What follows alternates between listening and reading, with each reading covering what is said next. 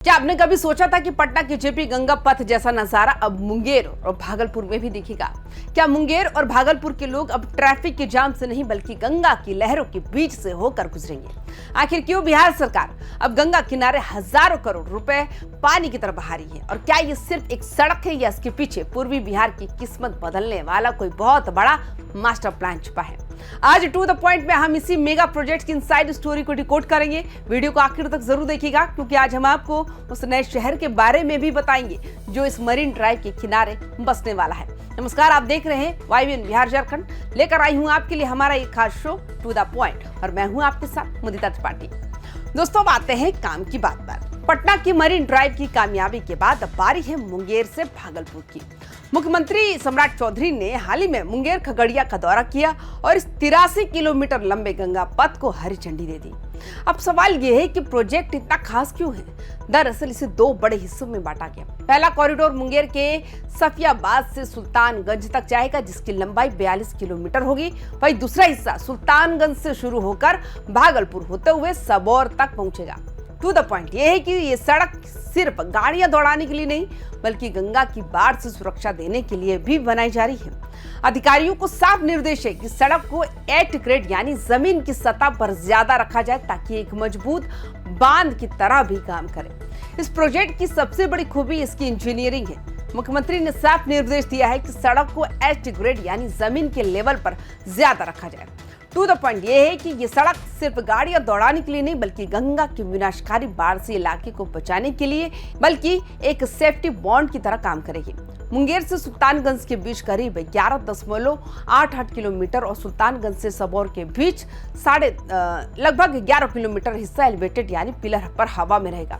यानी बाढ़ का पानी आए या लहर उफान पर हो, आपका सफर बिना किसी रुकावट के जारी रहेगा। अब आप सोच रहे होंगे इतना बड़ा प्रोजेक्ट है तो पैसा कहां से आएगा? तो भाई, मुंगेर सुल्तानगंज वाले हिस्से पर ही करीब 5,327 करोड़ रुपए खर्च होने वाले हैं।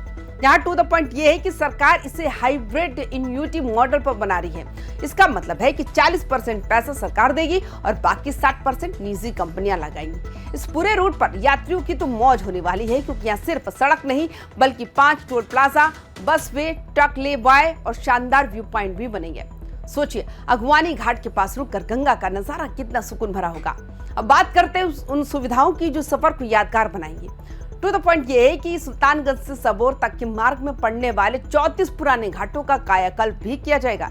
इन्हें आधुनिक रूप दिया जाएगा ताकि लोग यहाँ शाम को सुकून से वक्त बिता सके। साथ ही पूरे प्रोजेक्ट में ट्रक लेबाय और व्यू पॉइंट के साथ साथ अगवानी घाट के पास एक बड़ा रेस्ट एरिया भी बनाया जाएगा।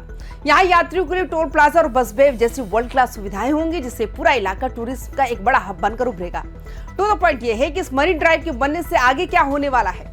सरकार का प्लान सिर्फ सड़क बनाना नहीं बल्कि मुंगेर से बरियारपुर के बीच एक नया शहर बसाने की तैयारी है। इसके लिए जमीन की पहचान करने के निर्देश दे दिए गए हैं।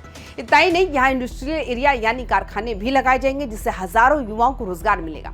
एक और पते की बात नोट कर लीजिए, मुंगेर एयरपोर्ट को अब नाइट लैंडिंग के काबिल बनाया जा रहा है। यानी आने वाले समय में मुंगेर और भागलपुर सीधे दिल्ली मुंबई से हवाई मार्ग और शानदार मरीन ड्राइव के जरिए जुड़ जाएंगे।